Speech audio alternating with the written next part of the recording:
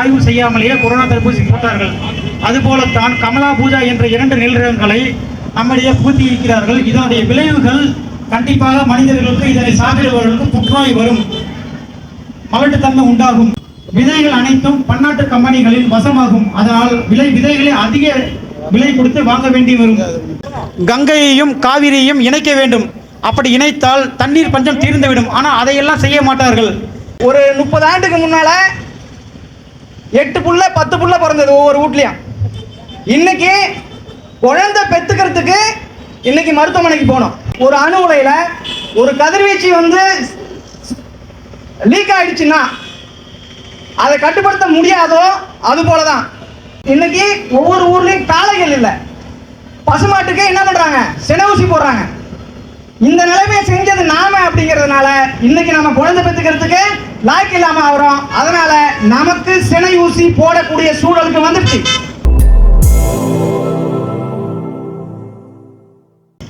இந்த மரபணு திருத்த நெல் ரகங்களுக்கு எதிரான போராட்டமானது ஏதோ விவசாயிகள் மட்டும் செய்யக்கூடிய போராட்டம் இல்லை.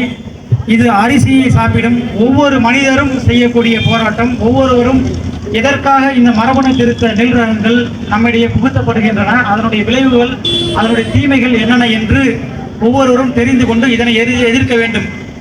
நாங்கள் விஞ்ஞானத்திற்கு எதிரானவர்கள் அல்ல. உலகிலேயே அரிசி அதிகம் உற்பத்தி செய்யும் நாடு சீனா. தொழில்நுட்பத்திலும் மிகவும் உயர்ந்த நிலையை அடைந்துள்ள நாடு சீனா. அந்த நாட்டிலேயே உலகிலேயே அதிகம் அரிசி உற்பத்தி செய்யும் சீன நாட்டிலேயே மரபணு திருத்த நெல் ரகங்கள் இன்னும் ஆய்வில் தான் உள்ளன. ஏனென்றால் அவர்கள் இதை சோதித்து பார்க்கிறார்கள். இதனை சாப்பிடும் மனிதர்களுக்கு என்னென்ன தீமைகள் வரும் என்றெல்லாம் ஆய்வுகள் செய்து கொண்டிருக்கிறார்கள். ஆனால் இந்தியாவிலே அவசரமாக இந்த 2 நெல் ரகங்களை, கமலா பூஜா என்ற 2 நெல் ரகங்களை வெளியிட்டு இருக்கிறார்கள். இதனுடைய தீமைகள் குறித்து எந்த விதமான ஆய்வறிக்கையும் செய்யவே இல்லை. கொரோனா தடுப்பூசி போட்டார்கள். அதனுடைய விளைவுகள் இன்றும் நாம் அனுபவித்துக் கொண்டிருக்கிறோம். எந்தவித ஆய்வு செய்யாமலேயே கொரோனா தடுப்பூசி போட்டார்கள். அதுபோலத்தான் கமலா பூஜா என்ற 2 நெல் ரகங்களை நம்மிடையே புகுத்தி இருக்கிறார்கள். இதனுடைய விளைவுகள் கண்டிப்பாக மனிதர்களுக்கு, இதனை சாப்பிடுபவர்களுக்கு புற்றுநோய் வரும், மலட்டுத்தன்மை உண்டாகும், உடலிலே பலவித மரபணு மாற்றங்கள் உண்டாகும். எனவே அனைத்து மக்களும், அரிசியை சாப்பிடும் அனைத்து மக்களும் இந்த மரபணு திருத்த நெல் ரகங்களை எதிர்க்க வேண்டும். அடுத்தது, இந்த மரபணு திருத்த நெல் ரகங்கள் நாங்கள் கொண்டு வருகிறோம். எதனால் என்றால் விளைச்சல் அதிகரிக்கும் என்கிறார்கள். விளைச்சல் அதிகரித்தால் என்ன ஆகும்? விலை வீழ்ச்சி அடையும். தக்காளியில் இது போலதான் விளைச்சல் அதிகமாக இருக்கும் என்று விதைகளை கொடுத்தார்கள். ஆனால் என்ன ஆயிற்று? தக்காளி அதிகம் விளைந்ததால் தக்காளி கிலோ 2 ரூபாய் கூட எடுப்பதற்கு ஆள் இல்லை. எனவே விளைச்சல் அதிகம் என்ற போலி வார்த்தைகளை நம்பி விவசாயிகள் ஏமாற வேண்டாம். விளைச்சல் அதிகமானால் கண்டிப்பாக உங்களுடைய விலை வீழ்ச்சி அடையும். எனவே அந்த ஏமாற்று வார்த்தைகளை நம்பி நீங்கள் இந்த மரபணு மாற்ற நெல் ரகங்களை வரவேற்காதீர்கள். இந்த மரபணு மாற்ற நெல் ரகங்கள் வந்தால் கண்டிப்பாக விவசாயிகளின் உற்பத்தி நெல்லின் விலை கண்டிப்பாக குறையும். விதைகள் அனைத்தும் பன்னாட்டு கம்பெனிகளின் வசமாகும். அதனால் விதைகளை அதிக விலை கொடுத்து வாங்க வேண்டி வரும். அடுத்தது, இந்த மரபணு மாற்ற நெல் ரகங்கள் எதற்காக கொண்டு வருகிறோம் என்று கூறுகிறார்கள் என்றால், தண்ணீரை குறைந்த அளவு எடுத்துக்கொள்ளும், வறட்சியையும் தாங்க என்கிறார்கள். உண்மையிலே இந்திய அரசுக்கு தண்ணீர் பஞ்சத்தை போக்க வேண்டும் என்ற எண்ணம் இருந்தால் கங்கையையும் காவிரியையும் இணைக்க வேண்டும். அப்படி இணைத்தால் தண்ணீர் பஞ்சம் தீர்ந்துவிடும். ஆனால் அதையெல்லாம் செய்ய மாட்டார்கள். இவர்களுடைய நோக்கமே இதுபோல கார்ப்பரேட் கம்பெனிகளிடமிருந்து பல்லாயிரக்கணக்கான கோடிகளை வாங்கி கொண்டு இந்த விதை உரிமைகளை கார்ப்பரேட் கம்பெனிகளிடம் கொடுத்து விவசாயிகளை துன்பத்திலும் துயரத்திலும் ஆழ்த்தி வைத்து பொதுமக்களை நோயாளிகளாக மாற்ற வேண்டும். இதனால் பன்னாட்டு மருந்து கம்பெனிகளின் வணிகம் உயர வேண்டும் என்பதுதான் இவர்களின் நோக்கம். எனவே இந்த நோக்கத்தை புரிந்து கொண்டு விவசாயிகளும் அரிசியை சாப்பிடும் ஒவ்வொரு மனிதர்களும் இந்த மரபணு திருத்தப்பட்ட நெல் ரகங்களை எதிர்க்க வேண்டும் என்று கூறி உங்களுடைய ஆதரவை கேட்டுக்கொள்கிறேன். நன்றி, வணக்கம். அனைவருக்கும் வணக்கம். நம்மளுடைய தற்சார்பு வாழ்வியலில் நம்முடைய மரபு விதைகள் மிக முக்கியத்துவம் வாய்ந்தது. நாம என்ன செய்யறோமோ அது திரும்ப நமக்கு வரும். நம்ம முன்னோர்கள் நமக்கு கொடுத்த அந்த மரபு விதைகளை நம்ம பயன்படுத்தல, இயற்கை விவசாயத்தை பயன்படுத்தாம ரசாயன உரங்களை போட்டு ஒட்டு ரக விதைகளை பயன்படுத்துறதுக்கே நமக்கு இந்த நிலைமை. ஒரு 30 ஆண்டுக்கு முன்னால 8 புள்ள 10 புள்ள பிறந்தது ஒவ்வொரு வீட்லயும். இன்னைக்கு குழந்தை பெத்துக்கிறதுக்கு இன்னைக்கு மருத்துவமனைக்கு போனோம்.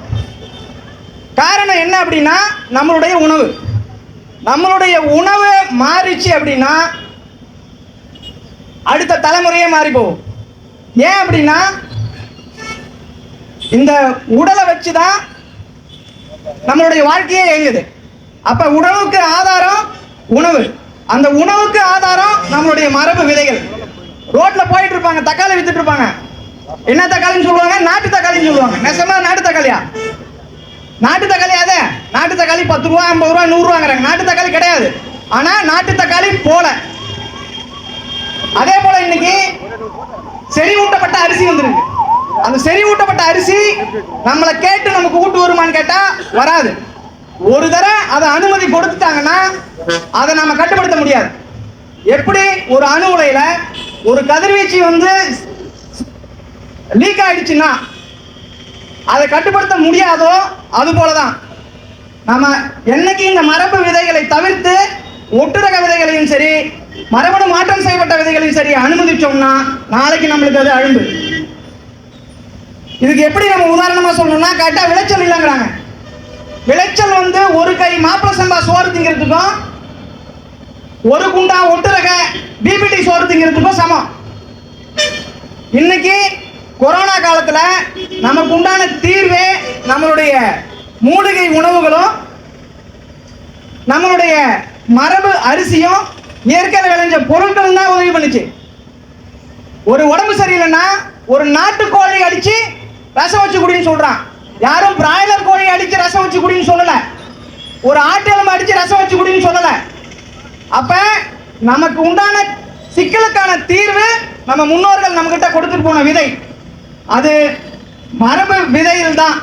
அது தாவர விதைகளா இருந்தாலும் சரி கால்நடையா இருந்தாலும் சரி இது ரெண்டையும் நாம பார்க்கல அப்படின்னா இந்த மரபு விதைகளை பிரச்சனை பண்றதுக்கு இந்த ஒட்டுரக விதையும் மரபணு மாற்றம் செய்யப்பட்ட விதையும் வந்தது. இது கொண்டு வந்தது யாரு?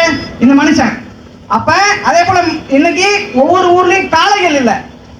பசுமாட்டுக்கு என்ன பண்றாங்க? சென ஊசி போடுறாங்க. இந்த நிலைமையை செஞ்சது நாம அப்படிங்கிறதுனால இன்னைக்கு நம்ம குழந்தை பெற்றுக்கிறதுக்கு லாய்க்கு இல்லாம ஆகிறோம். அதனால நமக்கு சினை ஊசி போடக்கூடிய சூழலுக்கு வந்துருச்சு. இதனுடைய உச்சகட்டம் தான் இந்த மரபணு மாற்றம் செய்யப்பட்ட விதைகளை கொண்டு வந்திருக்காங்க. அரசாங்கம் கொண்டு வந்தது எல்லாமே சரி அப்படின்னு சொல்லி இல்ல, அவர்களுடைய அறியாமை. அதனாலதான் அதற்கு மேல நீதிமன்றங்கள் இருக்கு. அரசாங்கம் தவறு செய்யும் பொழுது அதை சுட்டி காட்டி திருத்த வேண்டியது நம் மக்களின் கடமை. அதை நம்ம திருத்தலைன்னா அதனுடைய பாதிப்பை யார் அடைவா? நாம தான் அடைவோம். அதனால இது வெறும் 4 பேர் இருக்கிற விவசாயிகளுடைய பிரச்சனை மட்டும் நினைக்காதீங்க. இங்க உற்பத்தி ஆகிற பொருள் ஒவ்வொரு நாளும் ஒவ்வொரு வேளையும் நாம் உண்ணக்கூடிய உணவு அது உணவா இருக்கணும். உயிரை வளர்க்கணும். உணவு படுவது உயிரையும் வளர்க்கணும், உடம்பையும் வளர்க்கணும். அது மரபு விதைகளால் தான் முடியும். அது கண்டிப்பா ஒவ்வொருத்தருடைய கடமை. இதை அனைவரும் வலியுறுத்தணும்னு கேட்டுக்கொண்டு விடைபெறுகிறேன். நன்றி, வணக்கம்.